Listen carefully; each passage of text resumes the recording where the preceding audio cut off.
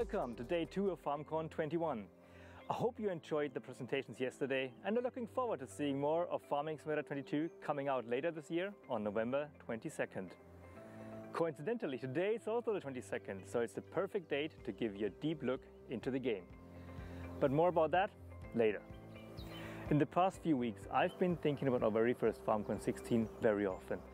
A small tent in the garden of a former mill, way too crowded for a hot summer day, but we had long personal conversations with many of our fans there. Today, you can also chat with us, here in the stream or on our Discord server during and after the show. I was told that you like raffles, so keep an eye on the chat. From time to time, you will be able to win something there. But I won't tell you now when. You have to keep watching. So let's move on to our first topic today. You might be wondering what I'm doing here in front of a tractor engine. I could pretend that I know what all these parts are doing, but honestly, I don't. Yet I could drive this tractor or a car without having to know what's going on under the hood. It's the beating heart though, and everything else is built around it. In video games, it's similar. I could play Farming Simulator, have fun, learn all the mechanics and features, while in the background, the Giants engine is making it all possible. Since the first Farming Simulator came out in 2008, we've added a lot of features to the Giants engine and continuously upgraded it. Farming Simulator 22 will be based on the Giants engine 9, and I'm glad that we have someone who can tell you all about it. I'll pass over to our lead software engineer, Thomas Brunner in Zurich, Switzerland. Grüezi.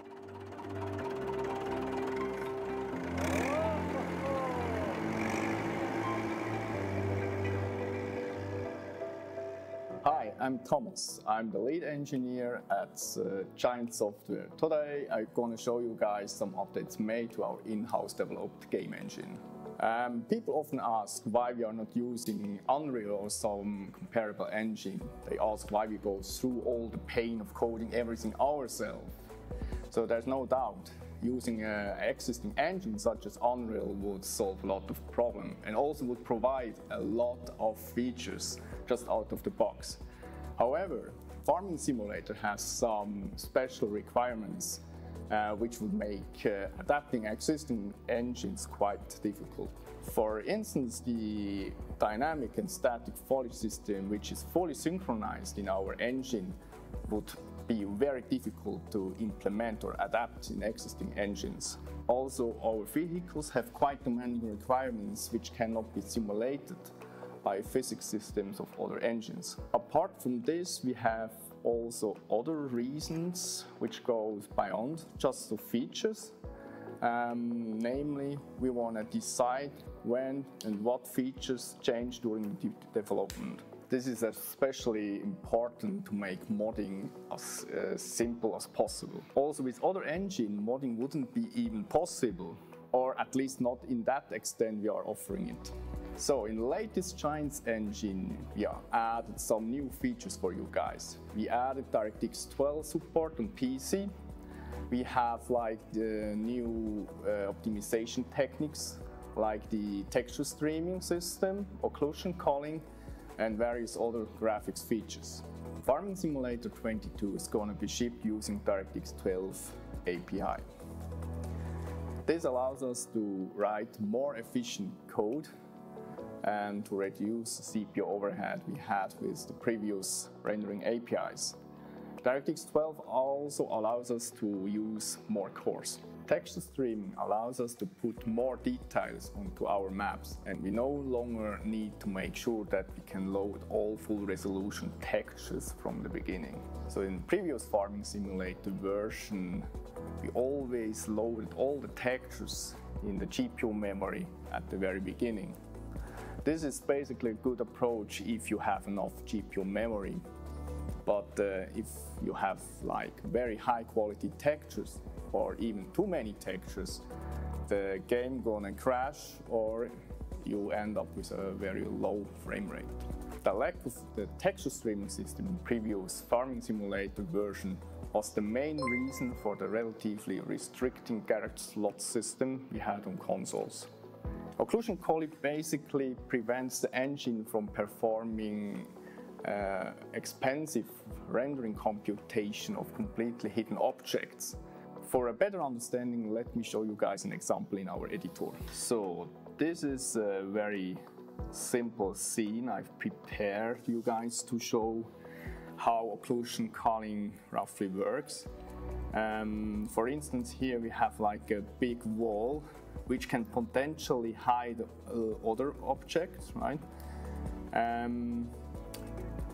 It makes sense to have this wall set as an occluder. And if I place now the camera right behind the wall, I can't see the spheres behind, right? The occlusion culling system decides now that there is no need to compute these three spheres. And this can be checked here in our rendering stats. As you can see here, the occluded shape counts increase to 3. And we have one occluded geometry here.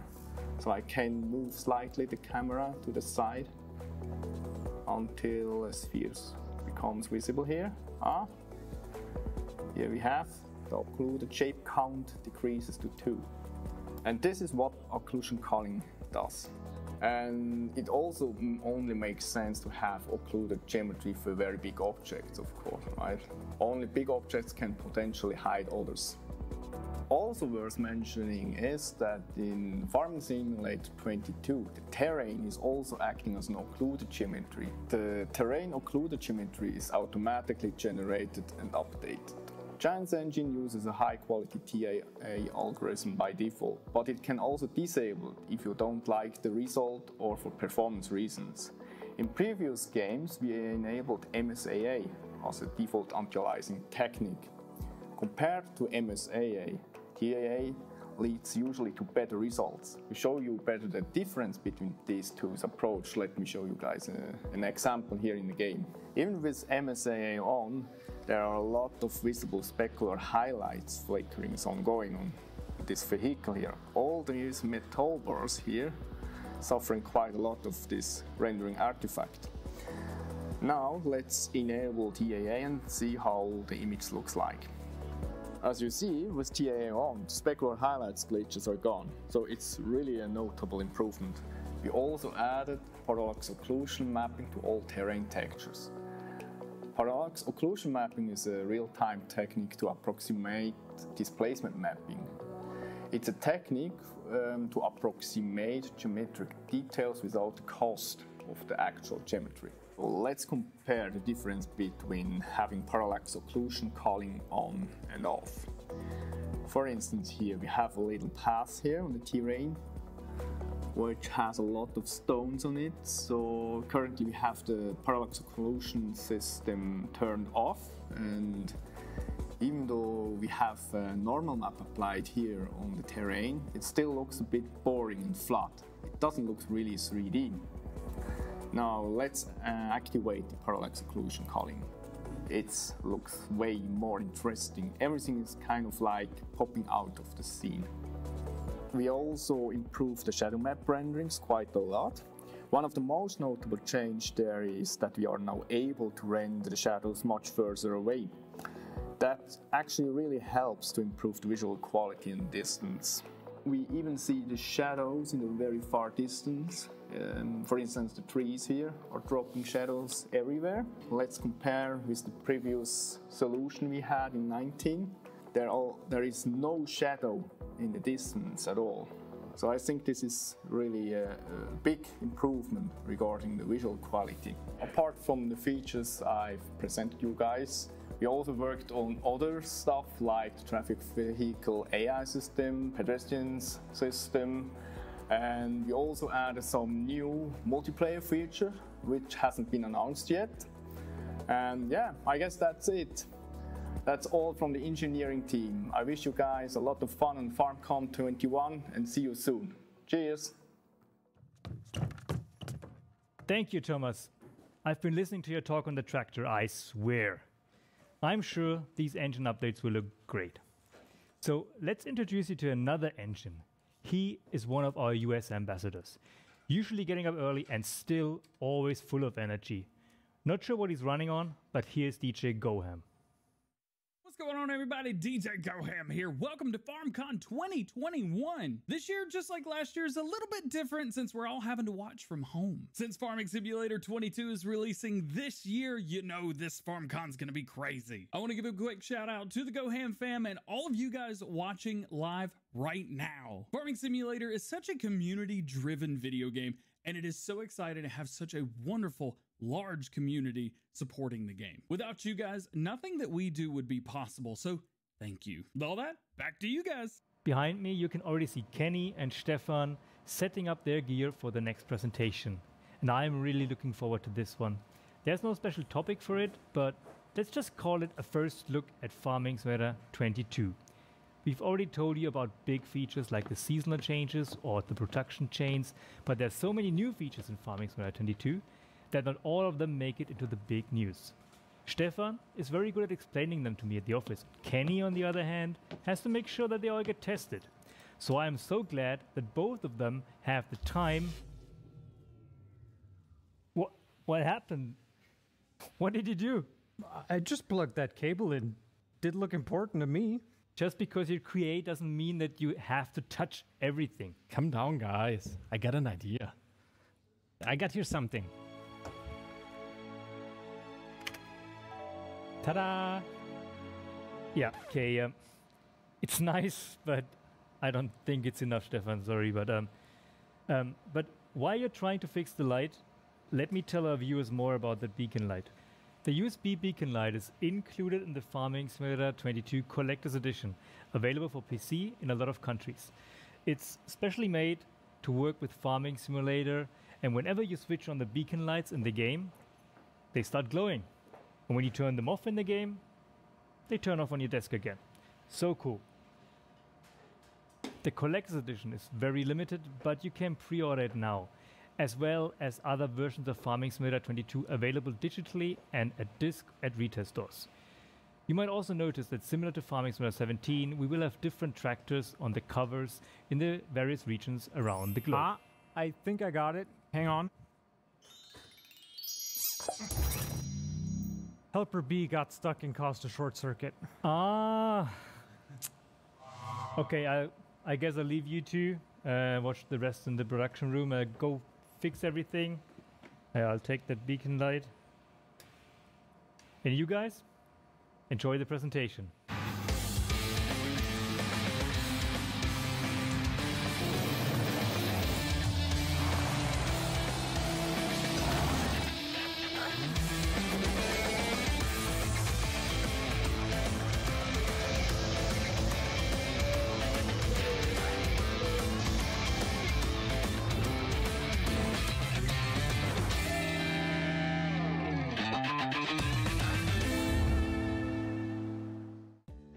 Alrighty. So, hi, I'm Ken Burgess, the QA lead here at Giant Software, and I'm joined today by Stefan. Stefan, you want to give a little introduction who you are? Hello everyone, my name is Stefan Maurus. I'm a gameplay programmer and lead vehicle integrator here at Giant Software, and today we are going to show you a bit of live gameplay. Yes, this is basically the first time ever that we're showing any gameplay from the upcoming Farming Simulator 22. The reason why we brought Stefan onto this presentation as well is because he's done lots of little side features as well in terms of like vehicle integration and just a few the geek features, as we like to call them, basically. Yeah. So yeah, let's dig right into it. Stefan, what's the first thing we want to talk about today? Yeah, so first I want to talk a bit about new ground. So as we already posted on our website, we introduced the parallax occlusion mapping, and this also affects the ground textures of the terrain itself, not only on the field. And you can perfectly see it here on this way to the field. So you see all these little stones are coming a bit out of the ground. Yeah, I think even like once you start moving around, this is when the ground actually just becomes alive and just fully three-dimensional. You can really see the single rocks and bits and pieces, and this is the case with each like ground texture we have in the game? Yeah. So each of them has their own height map. So yeah, of course, stones are the highest ones here on the terrain. But also the grass and that stuff is a bit more three-dimensional. Definitely more vibrant, brings a new feel to how the game world just feels when walking around or also driving, because we have the same thing over here on the field as well. Yeah. You don't really see it here now because there's a straw on the field, so it's a bit covered. But later on, I prepared a cultivator, and so there you see it pretty well, and also with plowing. You see it really nice. So we already see what do we see right now here on the field? That's wheat, because it doesn't look like the wheat from FS19. Definitely. Yeah. So we updated the textures there and also the 3D models, so it looks way better. You can just see it here, and also the stubbles on the field, and you see it also. That you don't see the ground that much as in FS19, so it's more dense, more covered, definitely surface. So we and also I noticed the other day while testing the game. I mean, that's the nice thing. Stefan, he creates things, I break them, basically. But I noticed that while testing with our wind effects and everything we have in game, the new foliage just looks so vibrant. You can even see the little waves and ripples going through it at times. It's really cool. It's hard to see. Maybe if we enter, I think some foliages you see it more than others. But if you have a closer look here, maybe on the TV it's not really visible, but you see really the wind waves. It depends also on the wind intensity, and also of course on your draw distance of the foliage, whatever you have. But it looks really nice. Before it was only just waving every time the same, but now it's really dynamic and makes it more realistic. Yeah, I mean, side note here, this is also kind of ties in, I believe. I'm not sure if Jos already talked about it, but with the seasonal, like the seasonal mode we have in game and the seasons that's directly integrated. Of course, we have different weather types in the game as well. The wind will change, the direction will change as well. Also the direction changes. So if now the wind comes from the back and you see it like this here, but it can also change the direction and you directly see that on the fields. All right. So we got here our New Holland combine harvester, the CH 7.70. We already showed that on some screenshots. So, like a smaller combine from New Holland. A good starting combine. Yeah, exactly. And now we can just start to harvest. I already did some bits. You did a little bit of pre-work. Yeah, that doesn't take too long here. So that's new. That's new. Some of you might already notice it, but we improved the effects here at the back. So the straw that's coming out of the combine, so it looks more 3D now. Before it was only a 2D mesh and the texture scrolling over it, but now it's really 3D particles that's coming out of the combine. You can almost smell all of the dust in the air with these particles. Yeah. And also the dust at the back. Straw is looking amazing. Yeah. And you also have kind of the, also similar improved effects at the front. If you have a close look here. The take-in effects, basically. Yeah, we improved them a lot. So you now really see how each crop is coming into the header. And then feed it into the combine harvester. Nice. And there we got also different effects for different header types. Okay. So like this is just a normal cutter, but you also have draper headers, the ones with the belts. And you really see that the crops fall onto the belt. They move and differently then move into the center. So it's individual for all headers. Nice. Yeah. So there's something very specific, though, I know you worked on regarding like headers specifically in the whole harvesting process. Something that hasn't been part of FS19 so far. Maybe we want to reveal a little bit about that. If you have a close look here, yeah, you barely see it. So the header is not completely straight. It's here a bit down, just a few centimeters. But now we introduced automatic header tilt and height control. So the header is automatically detecting the height of the ground and is adjusting to it, and also tilting the header so it perfectly matches the ground. Okay. So it doesn't. It does not only have a visual effect.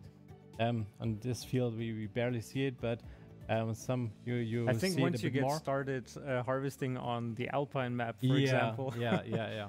But also for mod maps that have some steeper slopes, it also improves the driving, so you don't get stuck on the header and that. So. And this is the case for every header in the game? And not every. The ones that only also got that in real life. So not every header got a tilt control. So the height control is implemented on all headers to improve that. But the tilt is only on that that support that in real life. For example, on older combines, you don't have that in real. So only on the new ones. Makes sense. Yeah. All right. So I mean, we have a little something more planned later on, but for now, after harvesting our grain here, something else we might want to show. You already parked some trailers in the back. Those are also new. Yeah. So we got another brand Rudolf, the German trailer brand. So and we got some really nice trailers from them. So let's just tip that into that. Then I can show you the trailers. So pretty nice ones. Yeah, so we got some more, not only these two, so they're the same. But yeah, they're really nice. And pretty nice new wheels, so that are from Continental.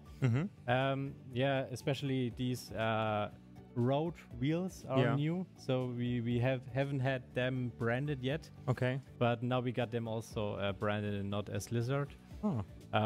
Yeah, they look really nice, and also the new profile on there. The profile is more 3D. So, and we also got from Continental the wheels on our really nice John Deere. So they're also really nice. But this is also the white configuration for the wheels, so it looks pretty good on our John Deere. So also a new tractor. Yeah, basically everything new. Yeah, older tractor from John Deere was built end of the 90s. And yeah, as a young timer in the game now, we can just enter. I also see in the front that's a new weight. We have new weights that's as also well. New. Yeah, we got some 10-winkel weights, also a German brand. And yeah, we got a whole bunch of weights in all. A series of them, Yeah, the game now. Yeah, and they're also universal for all the tractors. If you hear a bit of the game, I hope you hear it well. You also hear the manual shifting of this tractor. So because this tractor is manual shifted with. Yeah, I think we have not talked about anything of that yet. Yes, we have gear shifting. We have gear shifting. Something that you've worked on for quite a while, I believe. Yeah, it's a really tricky topic because it's not really easy to do, especially the automatic shifting of these gears, because if you don't want to shift, some players don't want that to shift manually, you have to automatically shift like nearly perfect to handle all the different situations of the game, and that's quite tricky. Yeah, I mean, like with everything, we have the possibility to turn this like manual gear shift setting on or off, however you prefer to play. If you play on automatic, the game does everything for you. Also, probably something that's been very hard to implement, I'm guessing, is we have such a range of tractors in the game, and some have so many different subsets of gears, and they don't have the same systems. So it's not like a car. On a car, it's pretty easy. You have like 6 gears, 1 reverse gear, and that's it. But on tractors, you like every tractor has a different gearbox. So you have normal gears, then you have groups. Sometimes you have also subgroups that change it a bit.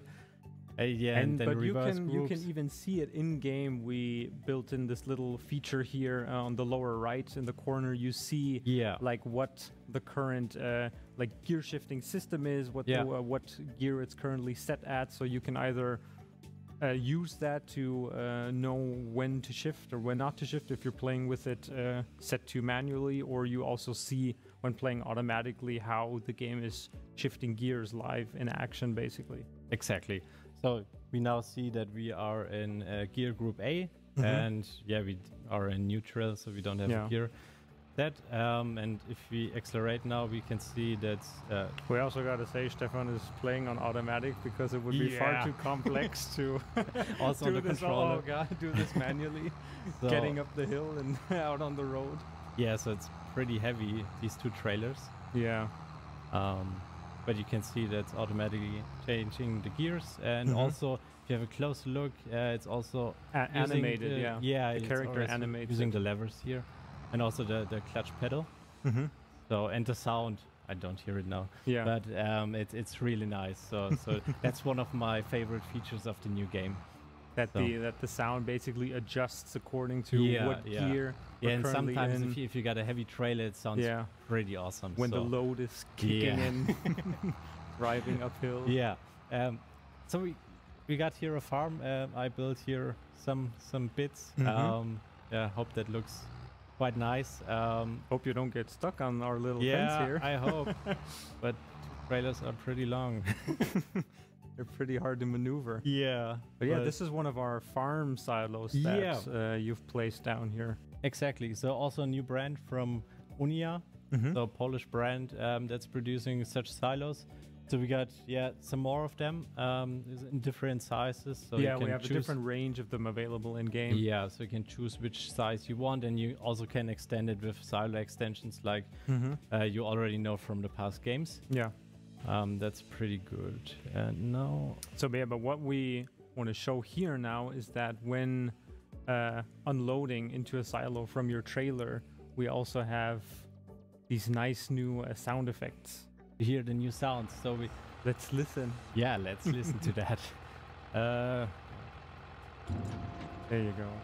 So you also, if you look, it's the camera. We don't really have that much in the trailer. Yeah, it was unloaded pretty quickly. Yeah. I forgot to unload the full combine. Sorry for that. Didn't have the time to get all of the field done. Yeah. But we can. But that's the thing. We want to show you as much as we can. Yeah. In our time window, of course. But we can also unload it here to show you the unloading without anything in. And you can also see that we improved the animation here of the hydraulic cylinders. In the past games, this hydraulic cylinders has many subparts that are extending. These single pistons. Yeah, exactly. And in the past, we extended them all at the same time, but now it's more realistic, and they extend one after another. Yeah, it's this gradual. Exactly. Hello, NPC. Hello. Oh. Yeah, it's basically this gradual extension of one part. And if you have a listen to the sound, you also hear when each cylinder is at the end and it's locking into its position. So you also hear that. So that is way more realistic and really great to hear. So, but we still have one tipper left that is full. Yeah, that's still full. I mean, the question is what to do with this. Yeah, what should we do? Maybe I should get a colleague from me to explain you more what we can do. So, yeah, see you later, and I see you in a bit. Send you my colleague over. All right. He will be back in a few minutes, but joining us now is Marius. Marius, for those watching and at home, you want to do a quick introduction, who you are, for those that might not know you yet? Yeah, I'm Marius. I'm a gameplay programmer at Shine Software, and one of the features I worked on for the next game is now our production chains. Yes, so very exciting. This is the first time ever we're going to be showing you the gameplay right here for production chains. Two things before we jump in though. First of all, if you have any questions during the presentation as a whole, reminder, after this segment there will be a Q&A with us on Discord, so you can ask all of your questions there. And second of all, of course, everything you see here might not be final for the release date, so some things are still a little bit subject to change and we're constantly working on things. But yeah, let's get started with production chains as a whole. So Stefan and myself, we've already been harvesting some wheat before, and the nice thing is in previous games you were able to use the wheat just to like basically sell it directly, and now with production chains there's this whole new level of gameplay that's introduced to the game. Maybe you want to tell us a little bit about what can we do now with this wheat and with the new production chain system? Yeah, here now, for example, we have on our new map, we have a grain mill, and before we would just come here and sell the wheat and we would get money for it directly. But now you have the option to deliver it and get flour produced by the grain mill, which you then can use for other products. So that's the chain element, so you don't just sell your goods, but take one good and produce it to a different product, and then can use that to produce more goods or sell these products. And that's the nice thing about the production chain system with the maps that we launch with the US map here. We have the possibility either to basically purchase the pre-existing ones, because there are some buildings, production chain buildings, that are basically pre-placed in the map, or of course you can also place them yourselves, where if you purchase some land, for example, just create it, paint it with our landscaping mode as you see fit, maybe place a few trees or fences there and just place your building right there, and you can use that as well. So we see Marius is already unloading some of our freshly harvested grain, and the mill is going to run on itself now. And we also have very nicely our audio guys worked on that. They have their own like idle sound and also like a working sound as well. So as you can see now in the bottom corner, we have delivered our wheat to our grain mill, and it's now currently producing flour from it.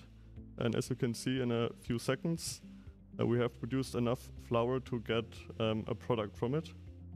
As you can see now, there it is. It produced enough to spawn a pellet, and we can now use this product to bring it, for example, to the bakery, which is a production point as well. Yeah. So either if you only own the grain mill per se, you can then either sell it directly, because there are like a few other not production chains but like selling points on the map. I mean, we have, for example, supermarkets and things like that where you can sell the flour. I believe it's a supermarket and a few other places. You have different options where you can sell your products, and depending on where you get the best price, you have to decide where you want to place it or produce it into other goods. Now this is already very exciting. This is our production chain, basically the management menu of the flour mill you're currently at. So maybe you can show us a little bit of what do all these numbers and icons mean? Yeah, it's still not finalized. We're going to work on it a bit more. But on the left, you have an overview over all your production points. And as we can see here, we have our grain mill, which we're currently at. And we have different productions for flour, mainly because we have different grains which can produce flour.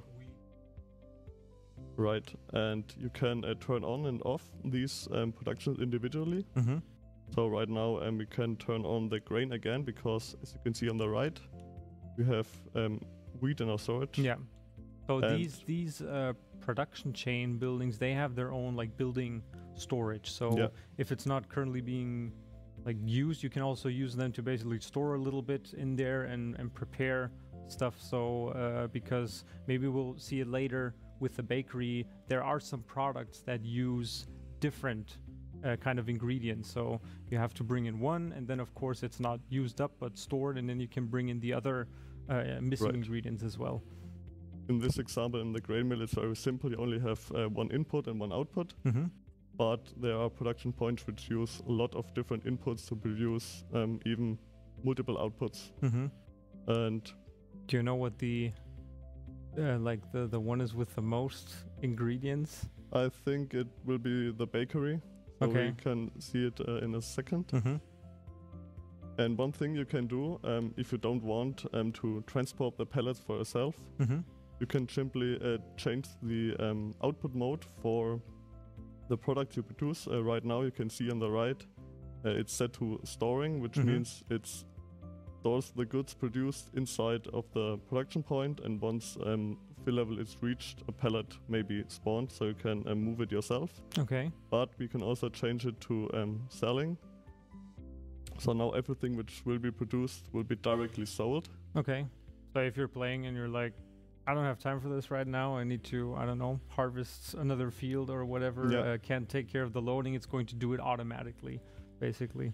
And another option is to distribute it, and that's especially useful if you've got already multiple production points.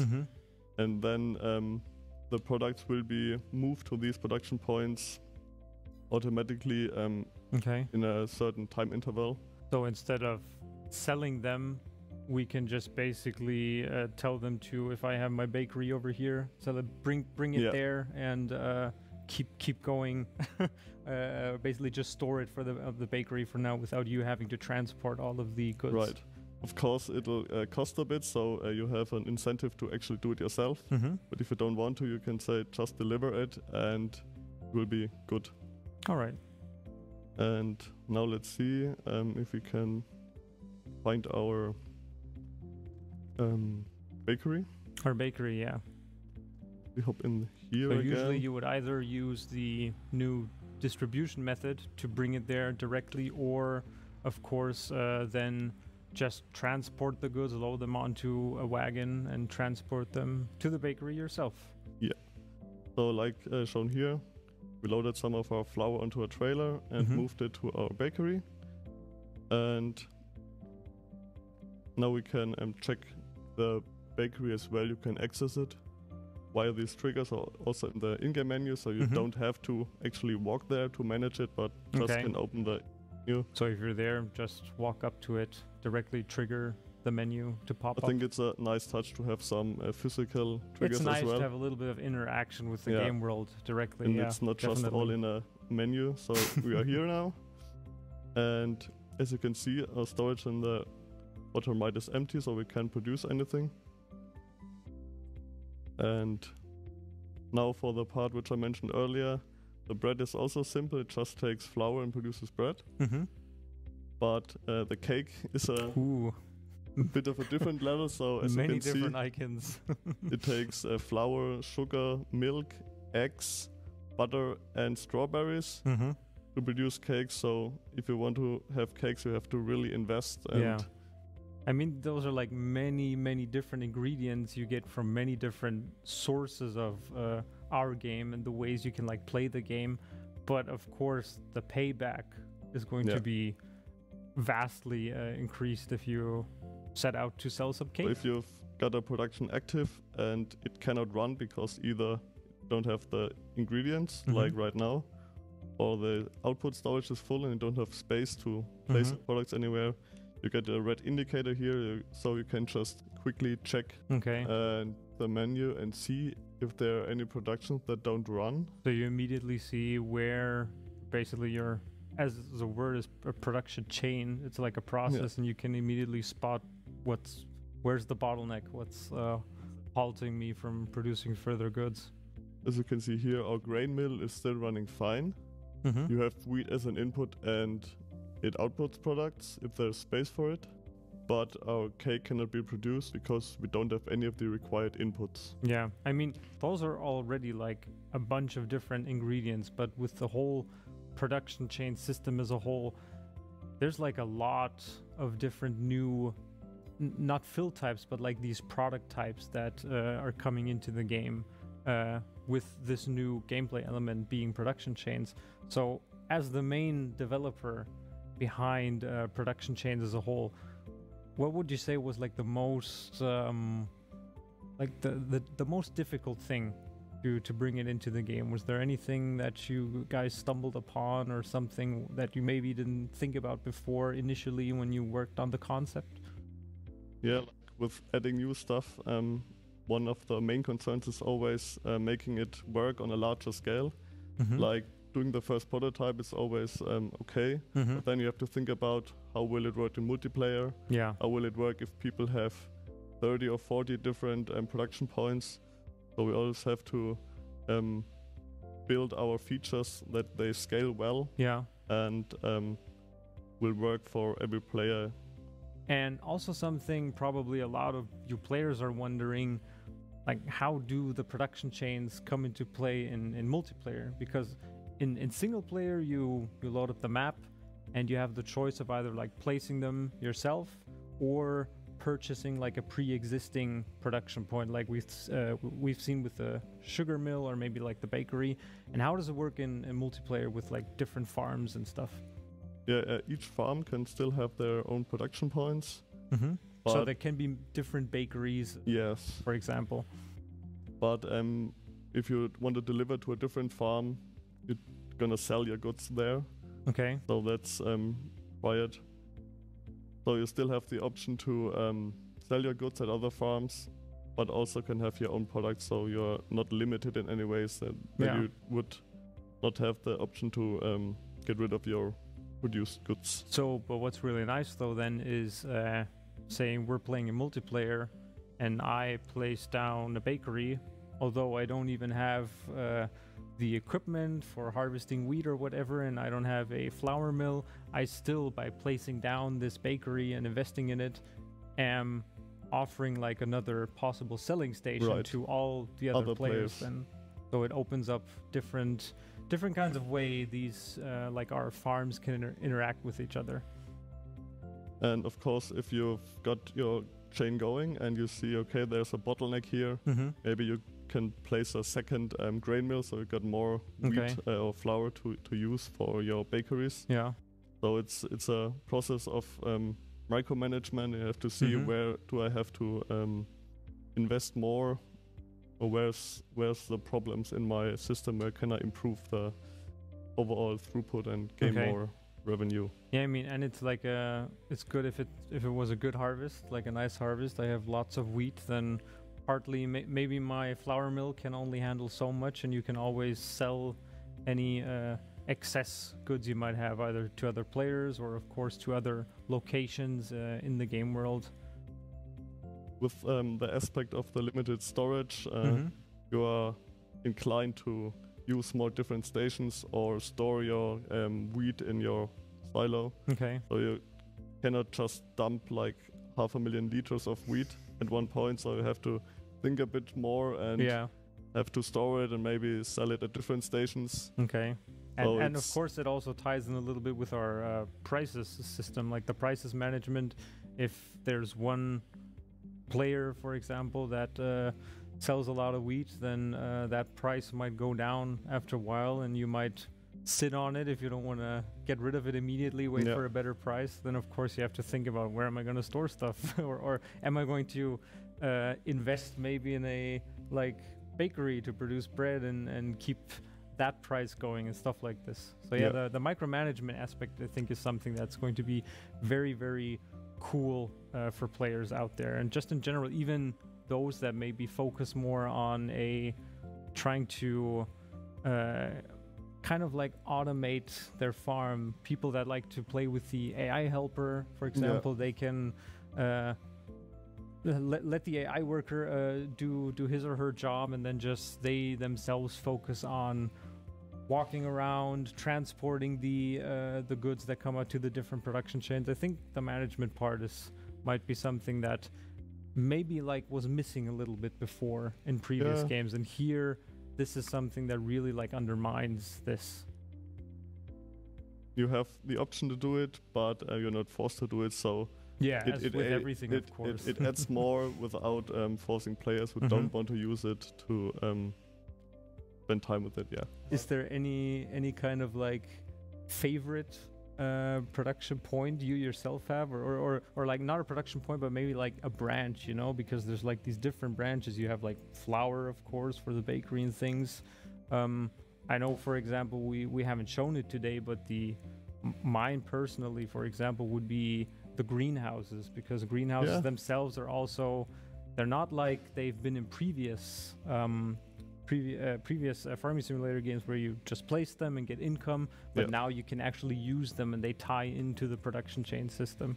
So is there anything in that regard that you would?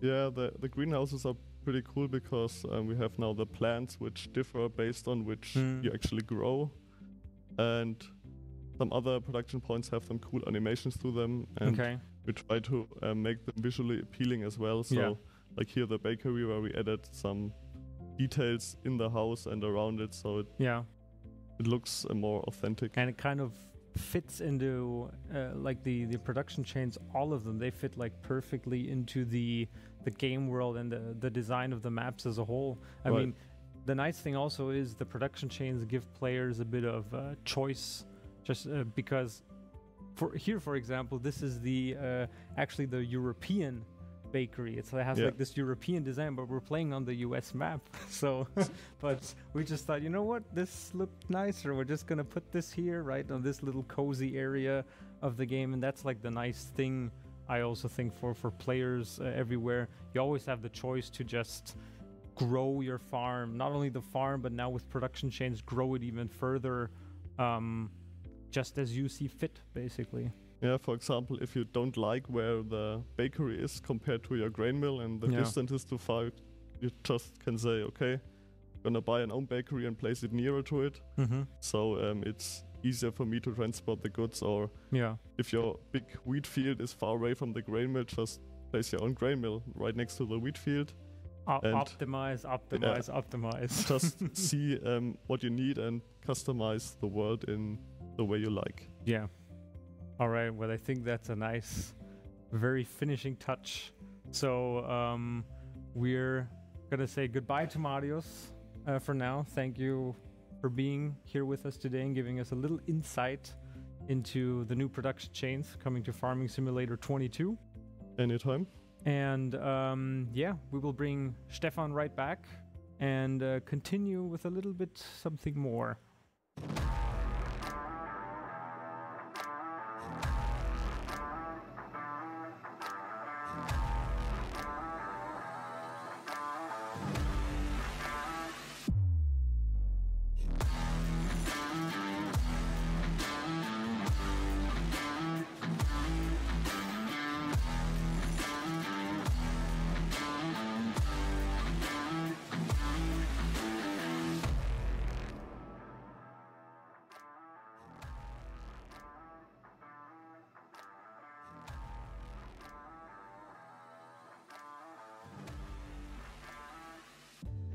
And joining us now, of course, again, is Stefan. We're going to bring him back because we have a little something more to show you. We teased it in the very beginning, something about how great our new ground textures look. Stefan, let's show the players out there how amazing our new... I mean, we have different ground textures now, depending on... We see a new tool here, and we have, depending on what kind of tool you're using, of course, you're going to get different ground types. So maybe we want to talk about that a little bit. Exactly. So here we got a disc harrow. So you can see it has a lot of small discs that are rotating and are like cutting the ground and mixing it a little bit. So it's a bit different from a normal cultivator. A cultivator works a bit more in depth and really changes the look of the ground. And now let's just enter here our case Magnum. It's also a new tractor. We already showed that on some screenshots. It's a brand new Magnum series, also with the 400. Oh, and you also see here something we had in FS19 with the Platinum add-on, I believe, are crawlers that are now fully three-dimensional as well. Yeah, we introduced that with the class DLC. And yeah, now we got it on basically all of the vehicles. So if you have a close look here and you drive, you see that, yeah, it's 3-dimensional and yeah, it's moving. Really, really pretty. But before we start, you of course need to attach your disc arrow in the back. Nearly forgot that. So let's head back to my disc arrow. So also a new disc arrow from Case. So yeah, it's like the first time we got from Case also some more tools. Yeah. Normally we only had tractors and combines and that stuff, but now we got also some tools here. So let's unfold it. There's also, every time I see these machines unfold, especially larger ones, I always have to think of integrators like yourself. Yeah. So many different parts to animate to get these things just look beautifully. Yeah, sometimes it's really difficult, especially if the tools get really wide. Yeah. So for American cultivators. And when they start unfolding in sections and sections. So sometimes it's really tricking and taking a lot of time to implement it well. Yeah. And to have it as realistic as possible. So now we unfolded it and then we can just... And now let's see what all the fuss is about with these new and nice crop types. Yeah, so... ground types, not crop types, of course. The ground types. So if we cultivate now, we can see that there's also some straw still. So the stubbles of the field are still in the ground. Yeah. So if you would drive now with a cultivator, it would look different. Yeah. Because the cultivator is more bringing the straw under the ground. Yeah, it so basically you don't really digs them underneath. Exactly. Almost. So, so that's the first edition here. So this is like depending on if you're using disc harrow or a cultivator or a plow, for example. It's always going to be whatever was on the field before.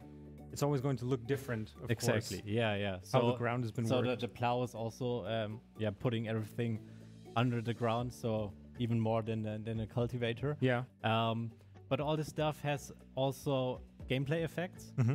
We improved the weed system there a bit. Yeah. So if you drive with a disc harrow, you got more stubbles there, and this results after that the weeds grow faster. Okay. So you don't have that much time to get rid of the weeds. So it also has some kind of gameplay effects. Yeah, I mean the main thinking behind the whole thing was that we want to reward the player for actually taking the time and working the field and like many different cycles and shifts. So if you take better care of your ground this way, that of course is going to reward you in some way or another within the gameplay loop. Exactly. So if you, for example, you use the disc harrow, you can also drive faster. So, and it also has a financial benefit because the disc harrow is normally a bit cheaper than the cultivator, but you don't have that much time for the weed to control the weeds. They always got a balance. Yeah. So, if you got the money, you have to choose. And before Neve 19 it was all the same. So that's an improvement there. So all right. And you can also see our new effects here, like similar to the back of the combine. You can also see the new particles effect in the back. The dirt that is spreading after the disc. So we improved that as well and added a whole new bunch of ground and soil effects. Okay, so let's jump to another nice vehicle. Yeah, some might have already seen this one on a screenshot or two. This is our Xerion, our classic Xerion saddle track. Yeah, one of my favorites. So. Yes, I think this is your personal baby. You bringing it into the game from start to finish. Yes. So it's, in my opinion, the best pre-order bonus we ever had. So it's not just a small tractor that is an addition. It's really a great addition to the game. Also for those wondering, so if you pre-order the game digitally anywhere, you will be able to get the class saddle track pack for your game, or you can also buy the game retail, and it's going to be included if you get the disc version in the stores as well. Exactly. So at the back of the Xerion, we can also see the tools from Kaweco. We never had them in the game before, so they're also new.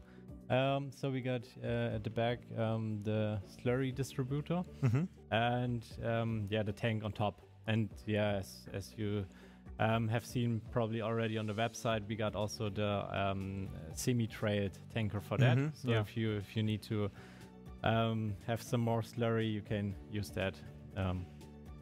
Okay, so but first, before we start to bring out the slurry, I want to have a quick look on the cow shed here. This is also new. Yeah, so it's from Rudolf Herrmann. Yes, it's the first time actually in game that we ever have like a branded like animal husbandry. Exactly. Yeah, that's really a special thing. And they produce really great things here. So yeah. Look at our cows. Look at our cows. They're beautiful. And they're eating there. Also from this side, a pretty nice one. And you can also open here all the gates. You can have a look inside, of course, as well. And there's also like the feeding area in the front. Yeah, so we improved here also a bit. Close this door if you want.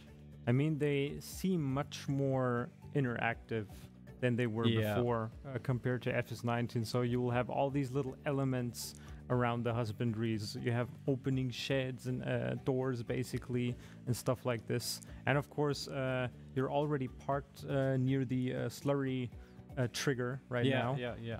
So that's an underground slurry tank here, and you fill it then from the top. And yeah, we got a bunch of little elements there on the placeables.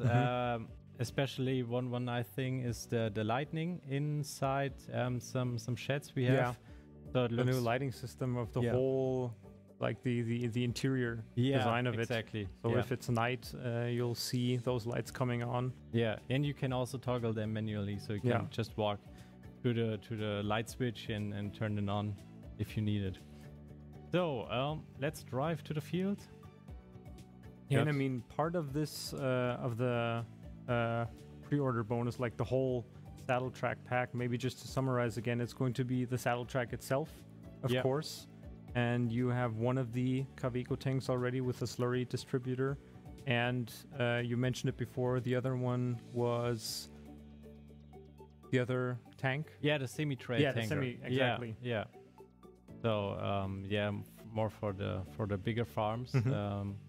This one got 16 cubic meters. Yeah, exactly. And the bigger one got a bit more. I don't know the exact number, but if you have a few more cows and a few bigger fields to take care of, maybe that might be the way to go. And it's also good to mount a bigger distributor. Yeah.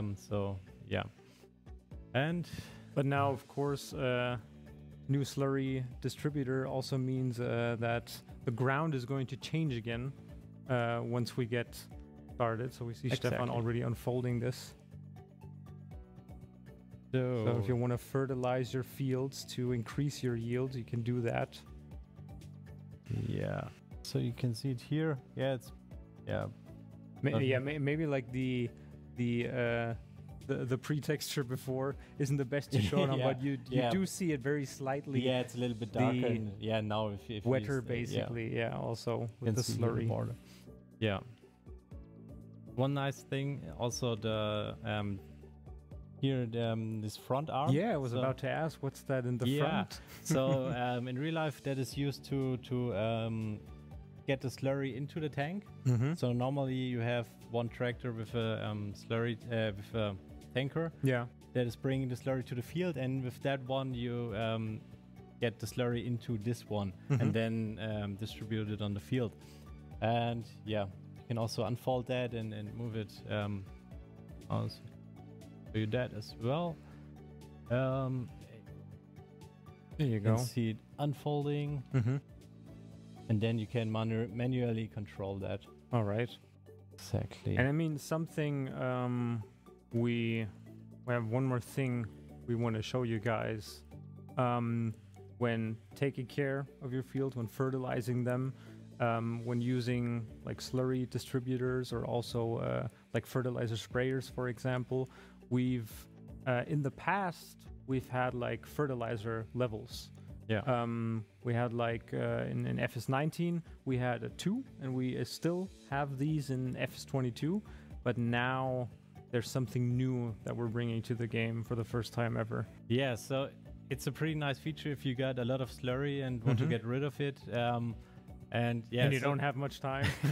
Exactly. So normally you have to because fertilize. you need to get the take your disc harrow out before the weeds come in. Yeah. So normally you have 2 fertilizer states. So you need to bring out the fertilizer twice. Yeah. But if you got a lot of slurry, you can toggle this feature here. You see it on the top. There it is. Activate double application rate. So if you activate that, it will bring out the doubled amount of slurry. And it's going to count basically as 2 fertilized layers so at once. Yeah, you drive a bit slower because that it brings out the same the doubled amount. So you drive half of the speed. Yeah. But then you get the doubled spray state. So with all these little geek features, as we like to call them, coming into play, I want to know from you, what's the main inspiration behind all of these? Is it something like when you're playing where you're saying, oh, this might be nice to have? What's that spark that gives you the inspiration behind putting something like this into the game? Yeah, sometimes it's based on user feedback. Yeah. But also a lot of times some of the colleagues come to me and say, hey, this would be great.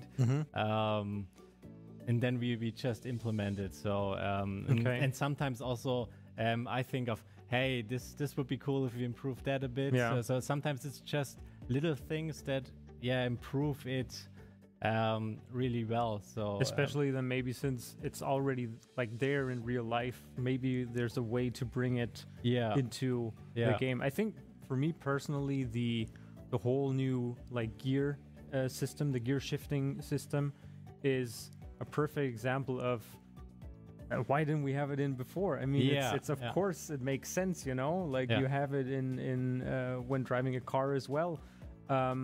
But it always has to be optional as well, of course, for those players that it's a nice to have, but and some might just dabble around with it for a couple of game time hours, but then maybe switch back. But it's always the nice balance between bringing in something new that makes it more realistic, of course, but also having that in as an optional feature, basically. Yeah. And it also it has to be implemented well so that it works that's the fine. Thing. So we also could have brought the gear shifting earlier, but if it does not work perfectly, it's also bad. Yeah. So that's what I'm here for. Yeah. Breaking the stuff, making sure it works, hopefully. Correctly. All right. Well, I think with that, hopefully we were able to give you a little bit, just a tiny glimpse of what's to come in FS22. And if there's nothing else, Stefan, thank you for showing us what you've been working on. Yeah, you're welcome. And we can't wait to show you more. But for now, back to Martin. Thank you, Stefan, Marius, and Kenny, for this first look at some of the gameplay features of Farming Simulator 22. Bear in mind that there are smaller and larger features being added to the game. We will reveal more in the coming month until launch. And of course, our popular fact sheets will also be released again.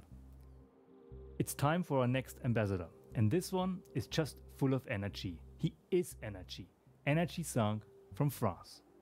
Bonjour à tous, c'est Marlon ou Energy 5, un youtubeur français sur Farming Simulator, et je vais remercier déjà Giants de me permettre de faire passer un petit message à la communauté française francophone.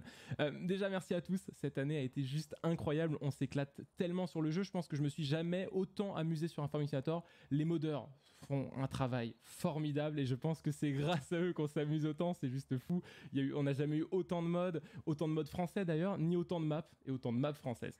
Donc voilà, merci à tous, merci également à toute la communauté, tous les joueurs. On s'éclate vraiment comme des oufs et j'ai hâte de voir toutes les futures annonces qui vont nous permettre, je pense, de continuer de nous amuser comme ça. Allez, merci encore à Giants et à bientôt. What we'd love to do now is talk to you, listen to your feedback and answer your questions. Join the official Farming Simulator Discord server now, where we will be available during and after the show. Some of us will stick around there for a while and are eager to hear from you. For tomorrow's Farmcon, we are also planning to answer some questions you might have in person. How do we do that? We have set up a simple form, much like a letterbox, where you can drop your questions about anything Farming Simulator related. FS22, modding, brands, it's up to you. Of course, we will not be able to answer all of them, but we will do our best to go through them and select the ones that seem to really interest many of you. We have also gathered some questions throughout the last few weeks with the help from our official Farming Simulator ambassadors. They have been asking around all over the globe in many languages and sent us their feedback. Lars and Kenny, I heard you have the answers. Hello everyone and welcome to the first Farmcon Q&A with Lars Malczarek, Lizatan, the community manager, and with me is Kenneth, our QA lead. Hello. Hello, nice to be here, nice to be with you. Same. Awesome.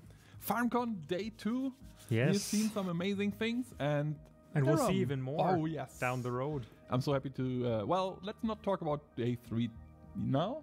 Let's make that a little bit later. Let's talk about questions. So what happened here? Our ambassadors, you might know that we have a couple of ambassadors out there, have been collecting questions over the last 2 to 3 weeks, I'd say, regarding Farming Simulator 22, regarding Giants, regarding whatever the hell came to your mind.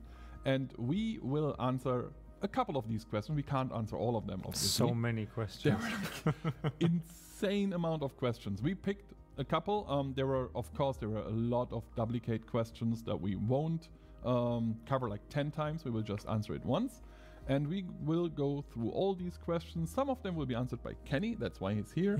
Some of them will be answered by me, and some of them will be answered by our professionals. And you're gonna see how that looks. That's why we have a nice little screen. We have a behind us. few special guests.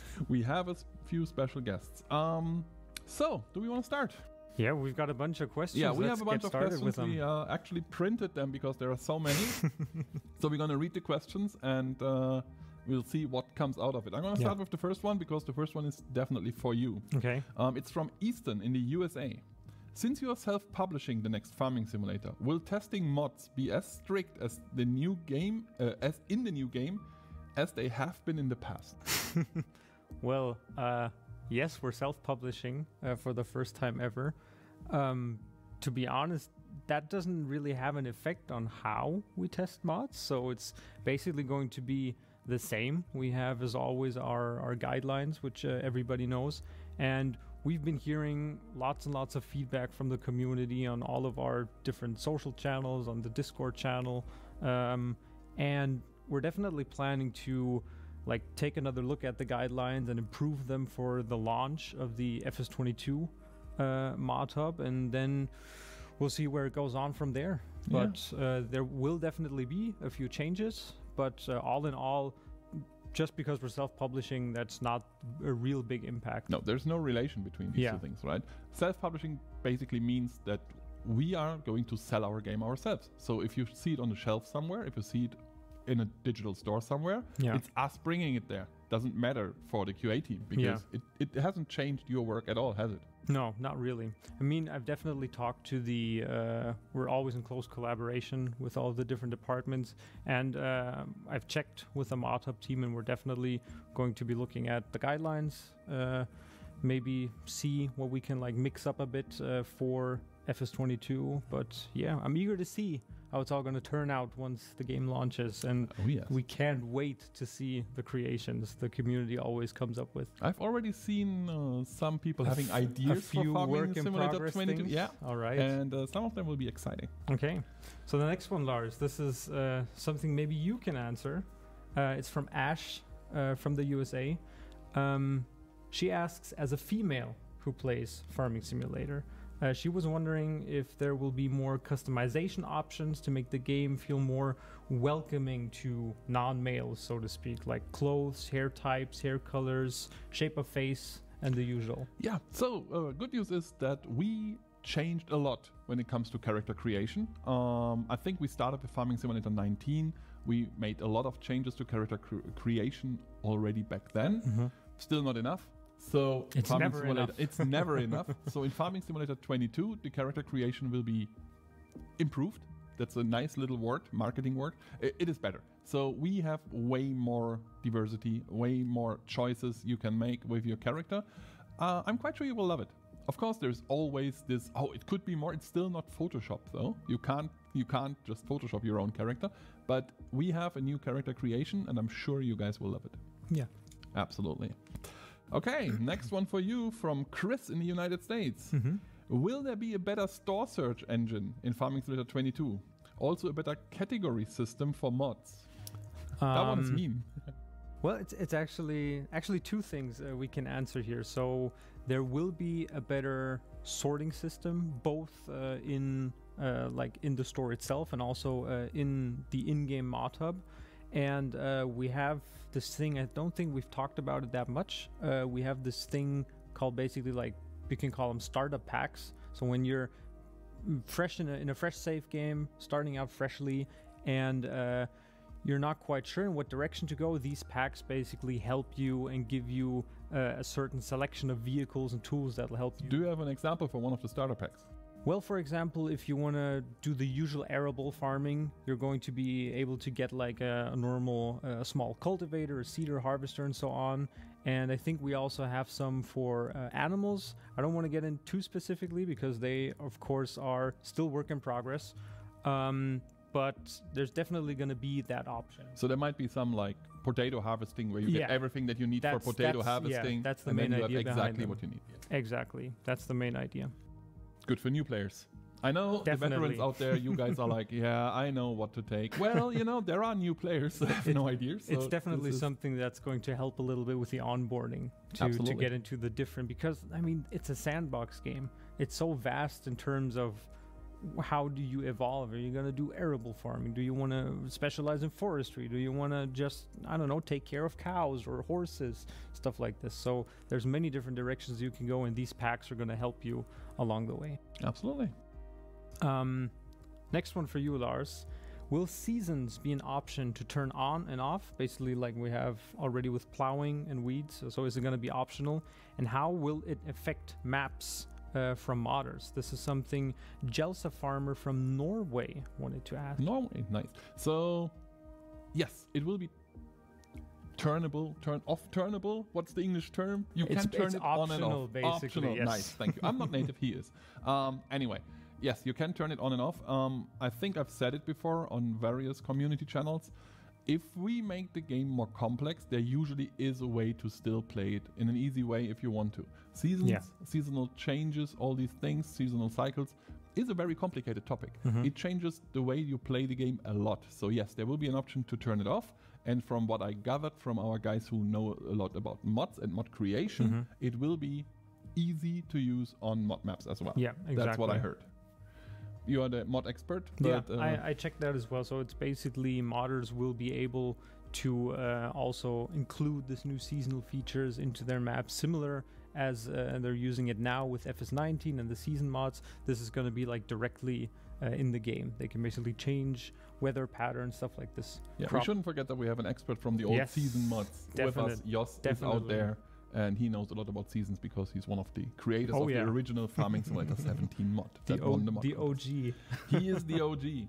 So the next one, can we expect to see any big expansions in Farming Simulator 22 like we've seen with lodging in Farming Simulator 15? This one is from Westin in the United States, and that one is obviously not for you and for me. That one is for publishing, and that's why we're gonna leave this to Boris. What comes to mind first is production chains. This means, for example, that we can process the harvested wheat to make bread and sell that to a pizzeria. I think that's a humongous expansion. There we go. Oh, that one is nice. Super easy one for you.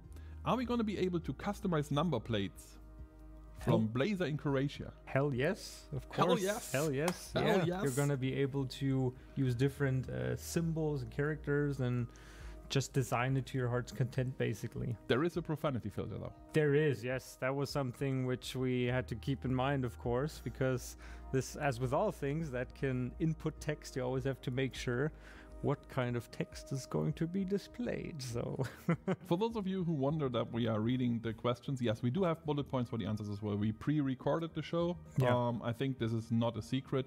That's why we do have answers from our friends out there. So don't be confused if we always look at our nice little list. But, you know, we want to make sure that we cover all the questions. And of course, we had to find answers if we both didn't have them. Yeah, and I mean, it's always good to get a specialist into the game. Absolutely. And we have a couple more specialists later. Definitely. So, Lars, something Yannick from Germany wants to know. Will Lizard be an FS22? I love that. It's an easy one. Yeah. So Lizard is there. Lizard is our home brand. Let's phrase it that way. It's the brand we made up. The self-made. Yeah, the self-made, brand, not basically. really existing brand.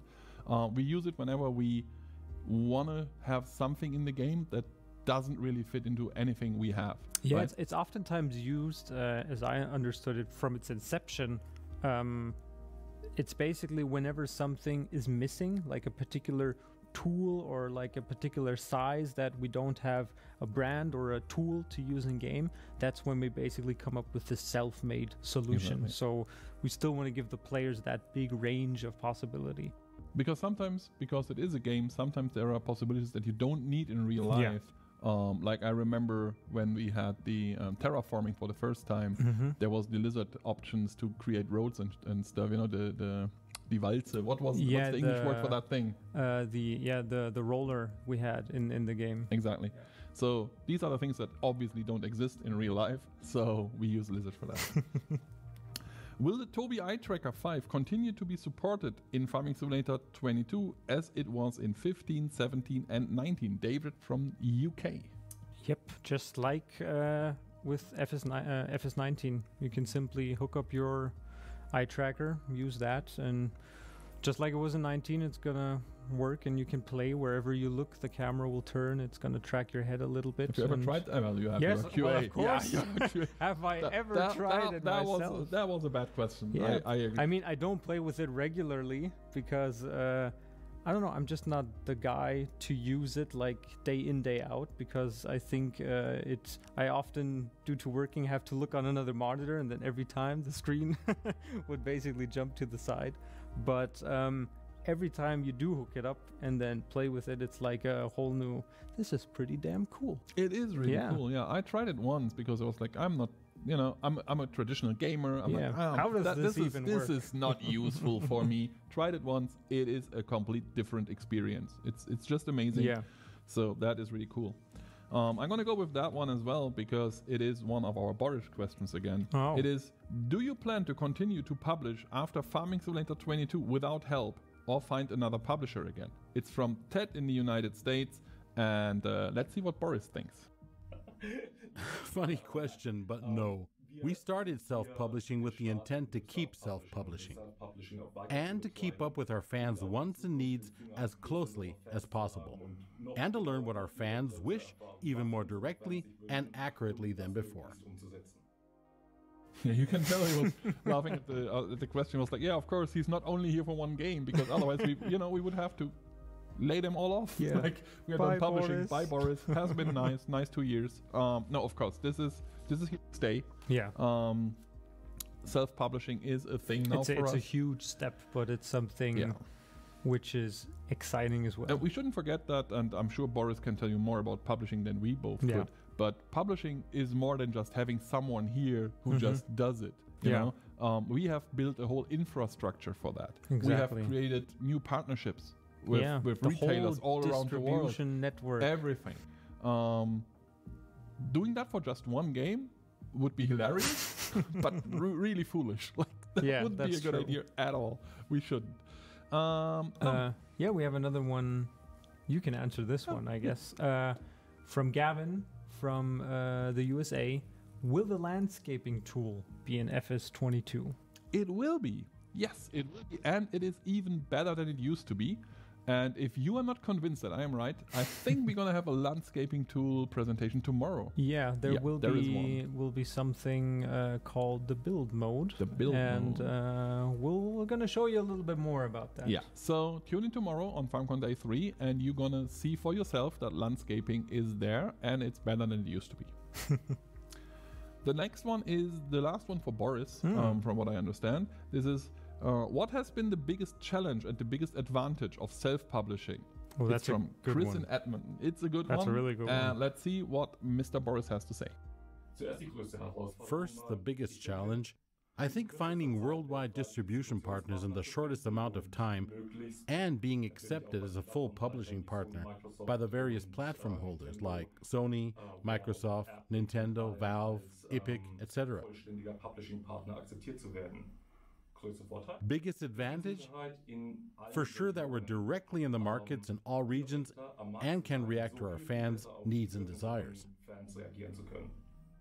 Yeah. You know what I like about this? You can tell that we recorded it with a phone, right? Because it's a little bit shaking and stuff. And we just went into his office. I'm not even kidding. We went into his office with the questions. It's like quick fire questions. Give me the answers. And we're like, give us something about that. And you can see his laptop in the background. And I'm so happy it's not something confidential on there, because I just realized it's just the box. So he seems to have worked on something with the box when we came in, because that would be hilarious. We just film everything and then we just check it and we're like, we have to delete everything. So if you are never seeing this, there was something. But then you won't even notice.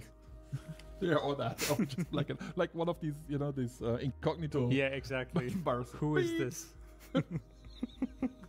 That would be good. Will consoles be able to turn on hazard lights in Farming Simulator 22? It's from London in the United States. Oh man, this question. God, I see it like 5 times every day. Yes, this has been going on forever. It's also something as a big, I play on consoles as well in my private life, and I love the fact always that these kind of features are there, and I always, is there something we can do? Can we bring it there? There's no final answer yet as of now. We're working on it. And we do know that many players out there that's something that many console players really want to have on their consoles. We are working on it, and if all goes well, I hope then we might be able to have them on the newer console generation versions, because the reason for that, we've said it in the past and I'll say it here again, is always performance. And but with the newer consoles generations out there, that's definitely something that might be possible. So we're trying our best. We shouldn't forget that PlayStation 4 and Xbox One, that's very old hardware. They are pretty old by now, It is they have a really good age. They do have a good age. So some things just don't work. I remember just in the podcast last week, we spoke about the occlusion, the parallax occlusion. It's the same thing.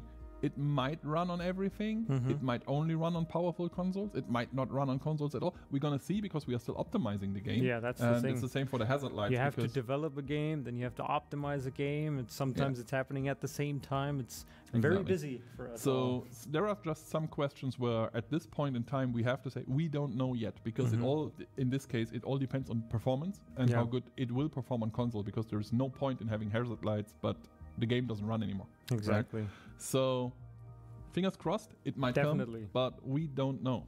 Another one for you, Lars.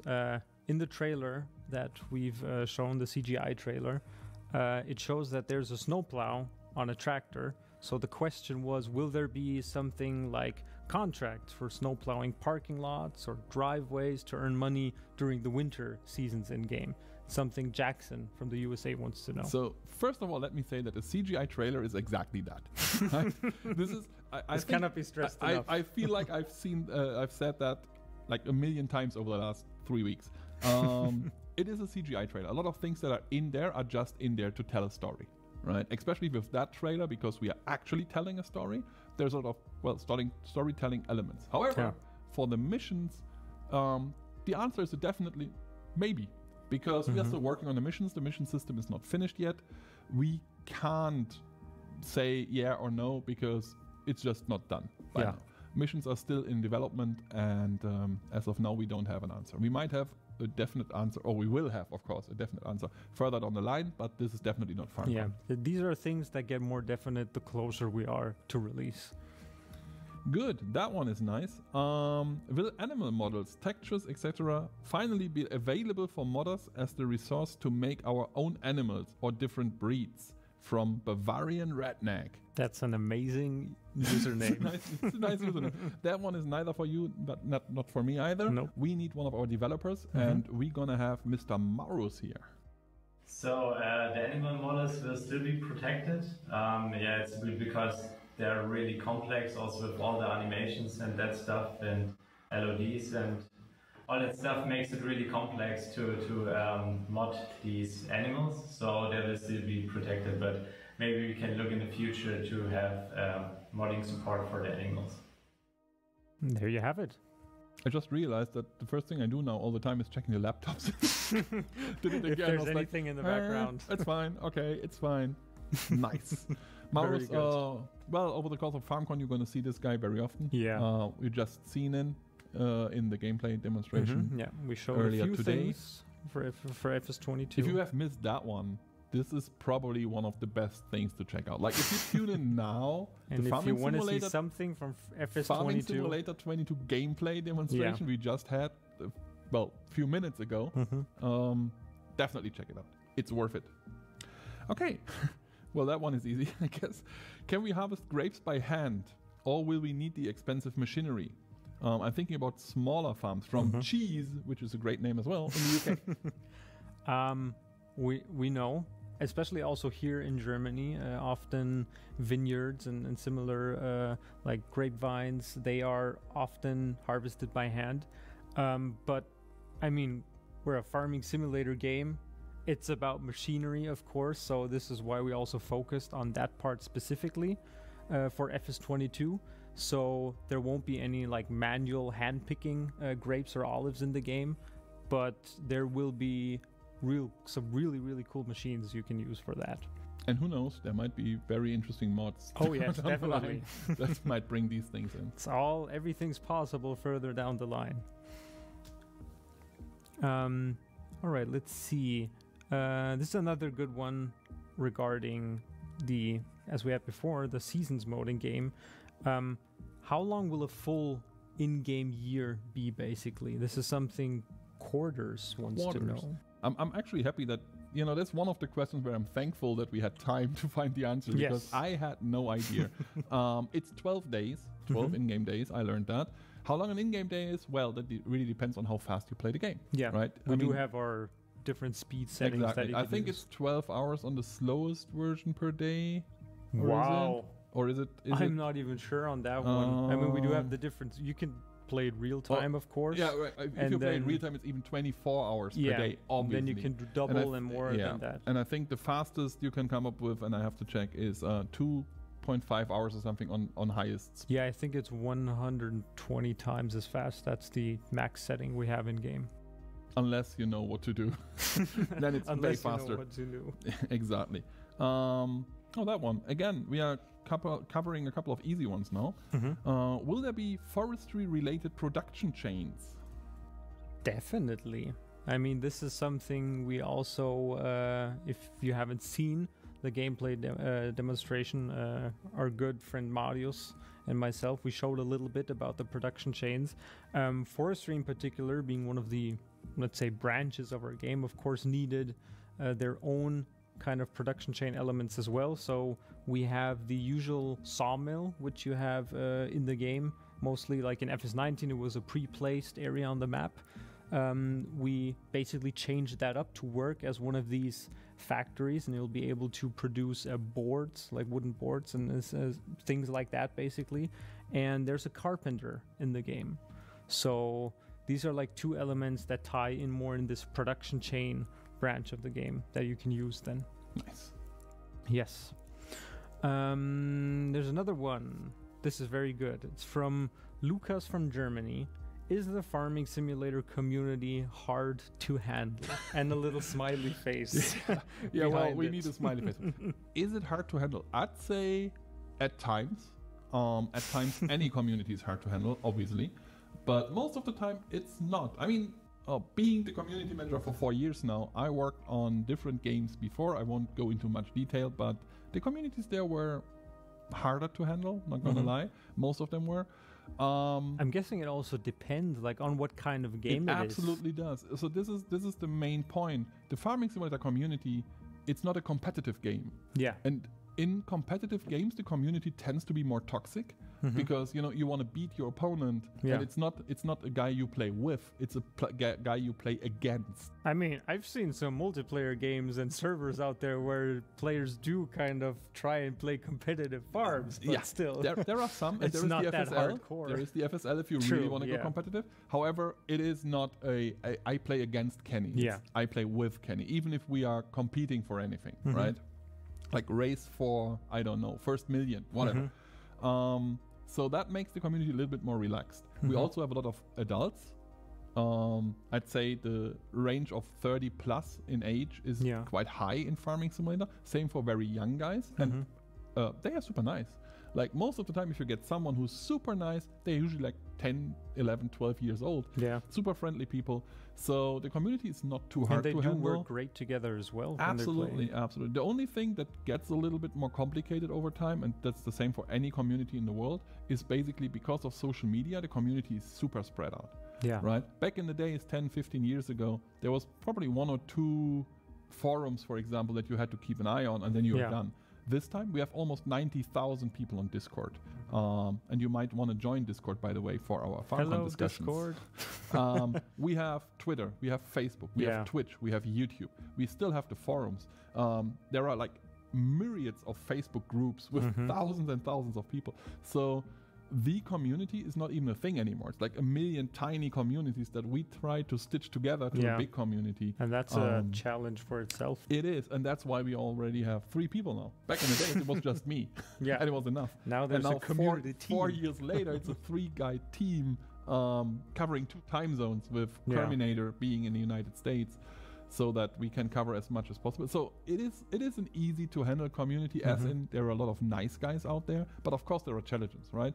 If we do something that you guys don't like, you will be very, very vocal about it. And then of course there are different opinions, and it's difficult at times. But in general, I'd say it's the best community I work with. And it's really always a hard thing to try and please everybody. You can't. You absolutely can't. I try, but it's always... I usually use an example like, let's say Seasons, for example. Yeah. You know, Seasons was a mod that millions of people downloaded, but a lot of people didn't like it either. Yeah. So they deinstalled it. So if you do something like create a mod like that, there will be people who go like, oh, this was important, thank you. And some people that go like, turn around and go like, why do we need this? Where's the off button? Why didn't you develop something useful instead? Yeah. Because, you know, some people like things, some people dislike. So you can't please everyone, but we try our best to please as many people as possible. And we need your feedback for that, of course. Feel free to just shout on us on Twitter, Facebook, what I said, anywhere. We are there, we are listening, and we totally gather the feedback. Yeah. Because we need it. Do that. I'm honest. How does your research team go about... I need my glasses. Collating? Oh, collecting. That might be collecting. Yeah, that's where, you know, I'm still not native. I was like, what is that for a word? What did I miss here? How does your research team go about collecting all the information about what you decide happens in the next game? How is this then filtered through the development team as a final decision before creating what people want? That is a real deep question. And we have to go very high to get the answer from that. We went to Stefan Geiger, one of our founders, and see what he has to say. Finding the right features for a new game is definitely not an easy task. I mean, what we usually do is by the end of the production of the previous game, or at the start during the patching phase, we kind of scan the forums, the Facebook, Twitter, etc., and also like YouTube videos for ideas and feature requests of people, and kind of get an idea of what could make sense to add to the game. And of course, we also have a huge list of our own ideas that we would want to add, and we basically just combine all of that stuff, try to find kind of groups of features, and then kind of make a decision based on that, what features could make sense to kind of combine. Because sometimes a feature by itself doesn't make much sense, and it kind of requires a lot of other features as well. So we take those kind of groups and then really decide which of those we kind of want to put as the main features of the next game. And then from there we go and refine it and add more and more details to the plan. And also other features are also driven by contracts. So sometimes, of course, when we decide we want to add a feature, we specifically go towards manufacturers and try to acquire those brands we need for those new features. But sometimes it's also like long-term negotiations that were going on, and then based on the results of those, it can also trigger the addition of new features or new machines, etc. And of course, a lot of stuff changes as well during the development. So when we add small things, we suddenly realize, okay, well, that other feature would be nice as well to fit well with what we added. And then we add those as well if we think it makes sense. And also, like even now, while we're already publishing some information to the public about the new game, there's constantly new ideas coming in from your feedback. So whenever possible, we also try to add those as well, even in a very late state of the game, because that's usually what we think makes most sense to really give the best experience in the end. There we go. That's an in-depth answer. That's an in-depth answer, but that's what you usually get if you ask Stefan a question. Yeah, also I really like that we have the possibility for the viewers to, you know, get a little bit of insight from the source itself. Well, that is the source. That is where it all began. Stefan Geiger, of course, one of the founders of Giant Software. Yeah. You all know that by now. And every time you ask him something, if you have ever been to a physical Farmcon, every time you ask him, you get a good answer. You get an in-depth answer. He loves answering these things. And well, you need a little bit of time because he is going in depth, but you get the best answer you can get. That's true. It's awesome. Okay. Oh, that one is for you. There's another one for me. Yeah. I'd say most of the next ones are for you if I just have a quick look here. Will you be able to get achievements while playing multiplayer in Farming Simulator 22? It's something we're still working on. Achievements in general are something that are we're trying to overhaul them a little bit and things for FS22. What we're definitely trying is maybe to do it that way that at least the host hosting the game would be able to get achievements. But yeah, it's not final yet. So another one of these we'll see down the line once we get closer to release how it turns out. To be fair, achievements are something that you do really late in development, right? Because you need a game to be almost done in order to decide which achievements can work and can't work. So it's a little bit early for that question. And I know it sounds hilarious with only 4 months until the game comes out, but achievements really is something. It's one of the last things you ever do in a game. You finalize achievements once you have decided anything else. Exactly. Right. Cool. Do you want to do that one for Mr. Geiger? Yes. So there was another question. Oh, this one is actually from Bullet Bill. From Bullet Bill. From the UK. He asks, will you be adding some form of multi-terrain angle as default? So the soil isn't permanently at either 90 or 45 degree angles. And as I said, we're going to give that one to Stefan Geiger as well. Because that's an engine question. Yeah, it is a dev question. Definitely is. Currently, the angles that the field texturing can have is still limited to 45 degrees. There's several reasons for that. One of the most important ones is the memory usage for the additional data that we would need to store. That not only means more memory on the client itself, but also we need to sync more data in multiplayer. We also need to store that data in the save games, and for some platforms that additional memory can be an issue. And then other important reason for us to not increase it is the visual quality. At the moment, the transitions between two different angles on the field texturing doesn't look particularly good. And to kind of reduce the number of angles to only 45 degree stepping reduces also the number of transitions you will see while doing field work. We, however, also would love to see more granular approach here. So that's definitely something we have on our to-do list. So we need to solve a couple issues for that to make it really feasible without kind of blowing the limitations we have on the hardware. And but I cannot really say if that's going to be part of Farming Simulator 22 or if that's going to be in a future update or a future game. All right. Hope that helps, Bill. That would be good. I just like how you can tell that they just grabbed him somewhere.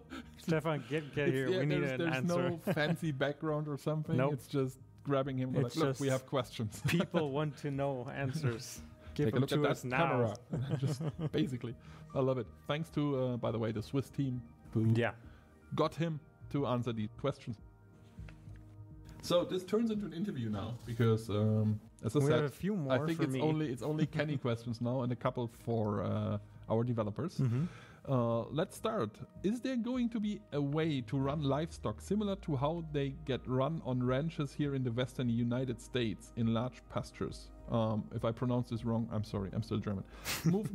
Move them to fresh pastures when feed gets low, either in vehicles or with a horse or ATV from BL in the United States. I really like the idea, to be honest. It's kind of.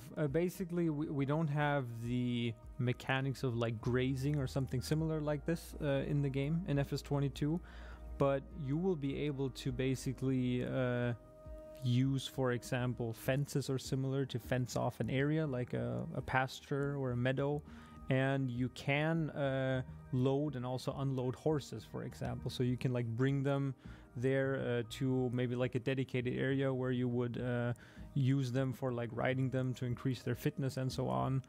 So that will be possible, but we don't have like a dedicated grazing feature or anything like that. Cool. Although I really like the idea. So who Well, knows, you know, maybe. there's always the next game. Yeah, that's Who true.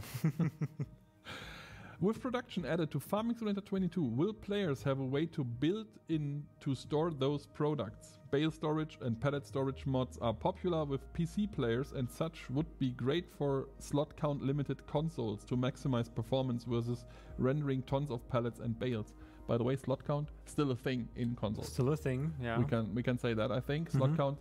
So in order for you guys, and this is a little bit off the grid now, but to understand why slots are a thing, consoles have a limited performance, of course. You know, there is a point where you are going too far, where the performance would just die, and that's why we do have slots. Of course, with newer, you won't be happy. Continue playing. Yeah, trust us.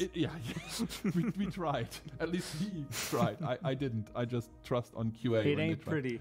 No, it ain't pretty. The thing is, with consoles, we know exactly where this limitation is. With a PC, you can't, because everyone builds their own PCs. You don't know where the limitation is. With consoles, you know exactly where this limitation is. People usually turn around and go like, oh, PCs don't have slots. They do. It's just not a slot count because we can't count it. But if you put everything on PC, your frames drop to 1. It drops to minutes per frame and not frames per second anymore. And the whole game crashes and everything. It's the same thing. It's basically you just finished your slot count just without a slot count on PC. So you need to understand that slots have to be there. It's just an indicator of where the limit of your console is. It's not where you are currently in the space, exactly. basically. It's not us limiting what you can do in the game. It's just saying this is the end. Your RAM is full if you do that. It's over. All right, good. But for the question itself, we're gonna hand it over to Marius because he has something to say about it. That's an important point. We made some decisions like only adding one pallet per type for production points. So you won't have multiple pallets of the same type using up space and object count. But you also have the option to set your output mode, for example, to automatic distribution, which will then directly move all the goods between the production points and not use up any space. There you go. Easy enough, I'd say. Next interview question. Next interview question. Yes. Is there a stronger emphasis on animal livestock, such as breeding cattle and tending to their needs? From Matthew in Ireland, my good old Ireland. Oh my, yes. Oh my, yes. That's a good answer. I like where that is going. Yeah, animals are really complicated actually this time around a little bit in FS22. So not only do we have the thing about breeding and tending to their needs, but they actually have different stats. So there will be, we will have several different like cow types, for example, and they will all differ a little bit in their use. So we have the Holstein cows, for example. They are perfect for producing milk on one hand, and Angus beef, that of course is has a great resale value if you tend to them. And each type is also, they have different ages for when they would breed to bring newborn cattle into onto your farm, and they all need different amounts of food as well. So it's all going to be a little bit more complicated this time around with all these different types of animals. And of course, probably the most interesting thing, they will have different visuals as well. So all of them, they're getting new animations. We have completely new models and all that, and yeah, they're looking really nice so far. And I wonder if we just leaked a feature. Martin, if you watch this, sorry, it wasn't me. I'm not leaker time this time. It's him. No, things have changed. Yeah, I think you can say that. Things have changed, and for the better, I guess. Definitely. It's more interesting, more complicated as well. As if our game wouldn't be complicated enough at times. I sometimes don't know how the programmers get on with it, because it's like, this is so much. But it's awesome. It's definitely awesome. I love it, and it's great. I think it might be the first time we spoke about it in this Q&A. I think so, yeah. You just, but I mean, new feature. We chose these questions for a reason, and this is a really nice one to kind of give you guys a little bit of another glimpse of what's coming. Absolutely is. Absolutely is. Next one is about consoles again, and that one might be super interesting for like 50% of our console players at least. What will be the new gen consoles PC include that won't be available on PS4 or Xbox One? So difference last gen, this gen, I'd say. Well, it's very, very important for us to not like lock anybody out, any players, no matter if you're playing on a PS4 or PS5 or Xbox One or like one of the new Series X or S. So gameplay features and everything like that, this is all going to stay the same across all different console versions. This is something that was very important for us to the heart. There will simply be like a visual difference, of course, because the newer hardware, it has like a better junk in it, you know, so you will be able to really render like better compared to like an old gen console. So that's going to be the only difference between these two, but it's very important for everybody to still understand gameplay wise, feature wise, it's still in there, it's the same. I think for PC players it's quite easy to understand, because we have old PCs and exactly. new PCs, and we've been PCs, trying to support both for a long time already. If you buy the game, I mean, all you do really is you buy one game, right? Doesn't matter what PC you have, and then you just adjust the game to your needs from a performance standpoint, like graphic and all these things. And it's the same with that. PS4, it's simply older hardware than a PS5. So it's the PS5 game on lower settings and not a different game. This is quite important. So 4K possible? I definitely think so, yeah. Nice. You heard it here first, and this one was not on my list. So this time, Martin, we're sorry if we're leaking anything. Yeah, and love and kisses to the influencers who bothered me with that question for weeks now, and I had the chance to do it here. How open will the productions aspect be for modders? Oh, that one is interesting. Oh, yeah. Will modders be able to expand this easily and maintain console compatibility? I can't pronounce that word. Last word, please. Console compatibility. Thank you. That's why we have an American in this company. That one, again, is for Marius, and I gonna switch over to him and see what he has to say. Productions are built in a way where you can define your whole production point and the productions solely in XML files. So this will allow you to have production points on consoles as well and create your custom mods. So after all, you can expect lots of production mods for both PC and consoles. That was quick. Yeah, there you go. Simple, short, precise. Easy enough. Nice. I just run through this because this is a long presentation already. Can you feed animals different crops? And I think you just touched based it in the last question. In Farming Simulator 22, like, can you feed cows sugar beet? From Caleb in Ireland again. All my Irish lads. All the Irish lads. So you will be able to feed them the same crops like in FS19, but of course we have the new additions with sorghum, which you'll be able to feed your pigs, horses, and also for the first time ever a total mixed ration, which you can now also mix for your cows, of course, and use that, eat the animals basically. How complicated is that though? Once you get the hang of it, it isn't that complicated. Well, that once counts for every single aspect of our game. Once you understand how it works, once you've done it once or twice, you're gonna be fine. I see. Will bales be improved? Not solid like a rock, but actually compressed when you grab them. From Jake in Australia. Well, physics are a very, very difficult thing to program, first of all. A very, very difficult thing to simulate correctly as well. We don't have any like major changes for them right now in the development standpoint because we're still a ways off from release, but we're always working on improvements down the line, and hopefully we'll just have to see what kind of features make it to the game down the road. So we'll see. The last one for Mr. Marius. Yeah. Why is there a synchronization period in multiplayer? I think I answered that one like 100 times.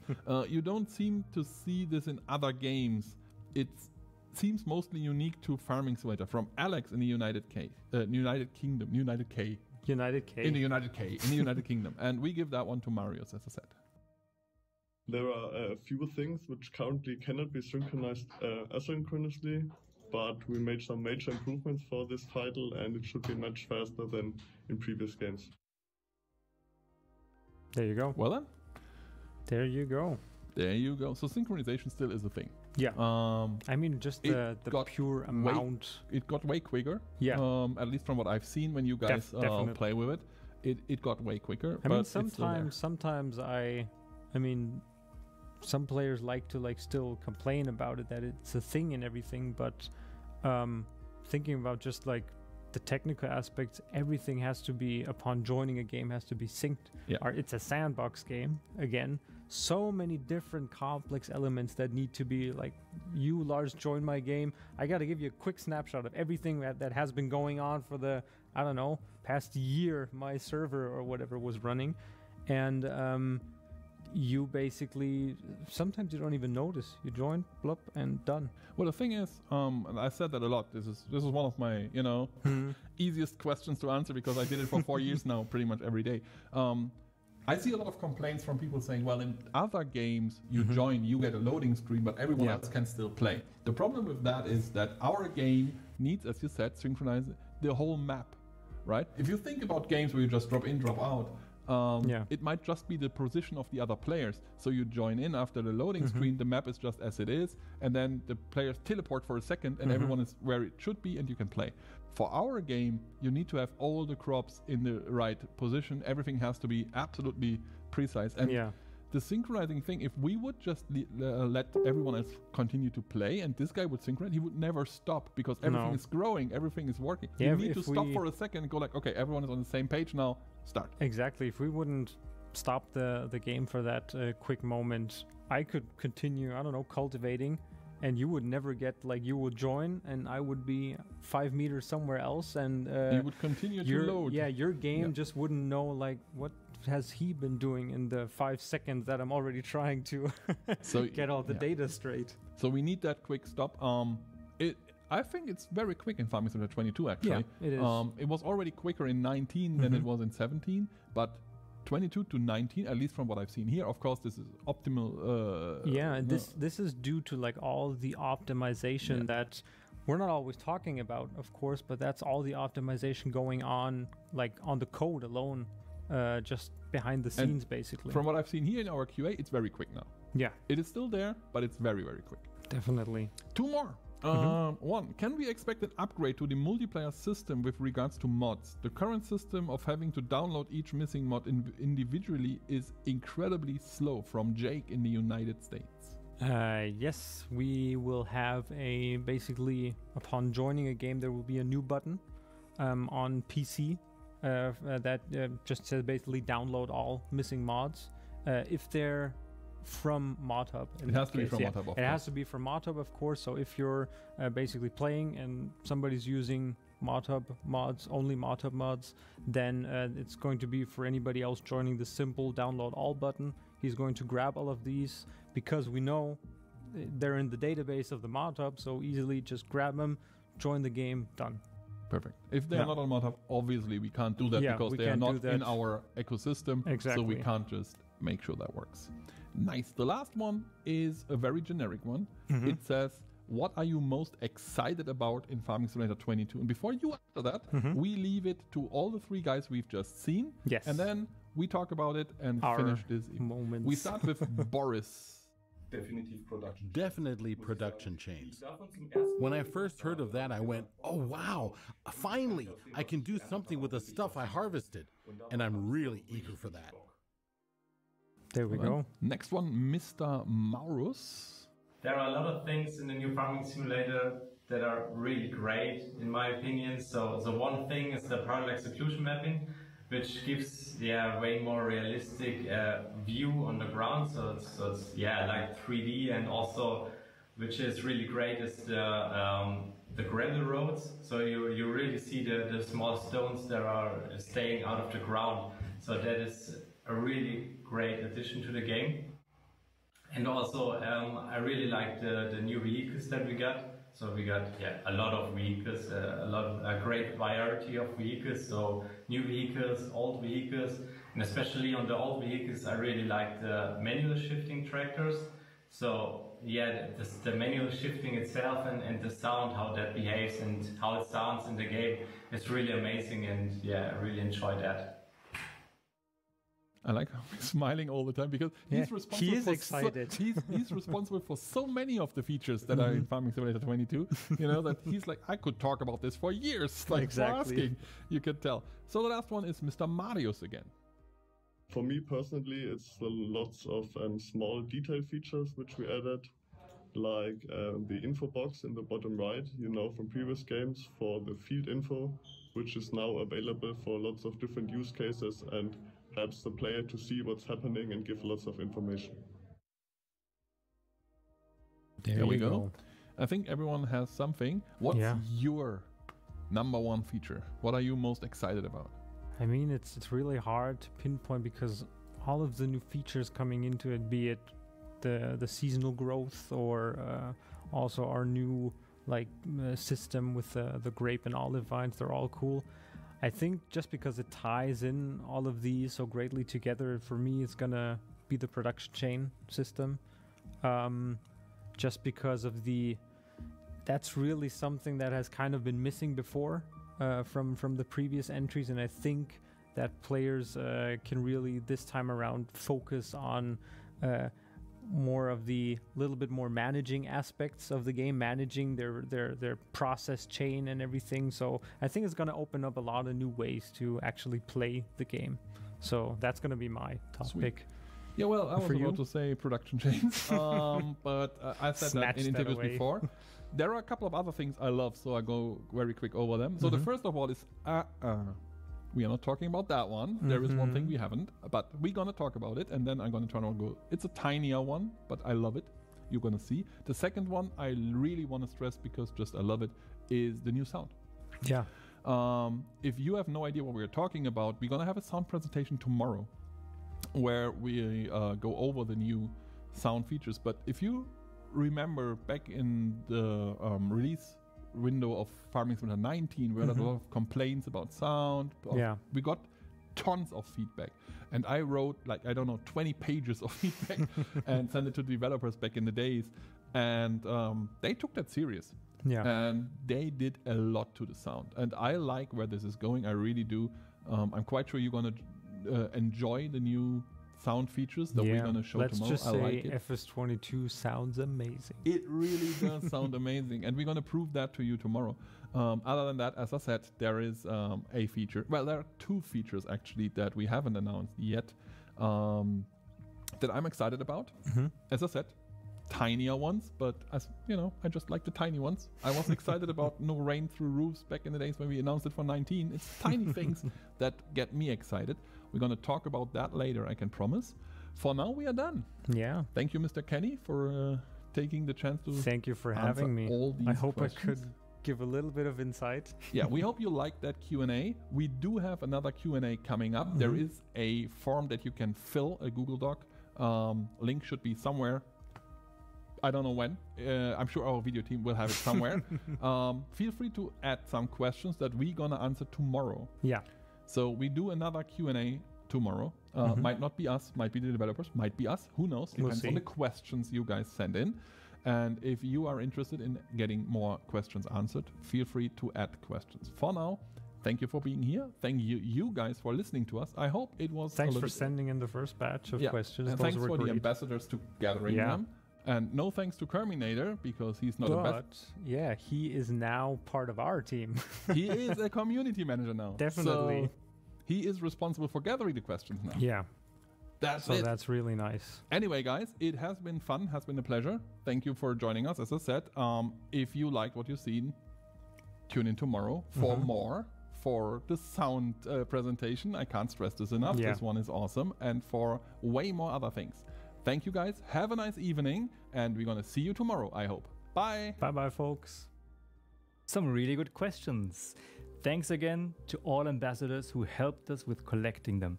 As I mentioned before, if you still have anything you want to know or just want to hang out and chat with us, head over to the Farming Simulator Discord now, because this concludes Day 2 of Farmcon 21.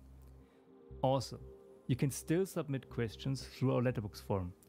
We will take a look at those questions tomorrow morning and answer as many of them as possible tomorrow evening when we are back for Day 3 of Farmcon 21. Tomorrow, we will show you a detailed look at the new crops, the build mode, the changes to in-game audio, and as a special warm-up for this Farming Simulator League tournament this weekend, our friends from the Stark magazine will let FSL teams compete against each other in a real-life bale stacking challenge with real tractors. Yes, I heard some of them even had to get their tractor's license first, so I'm sure this will be a blast to watch. Thanks for watching, and see you tomorrow.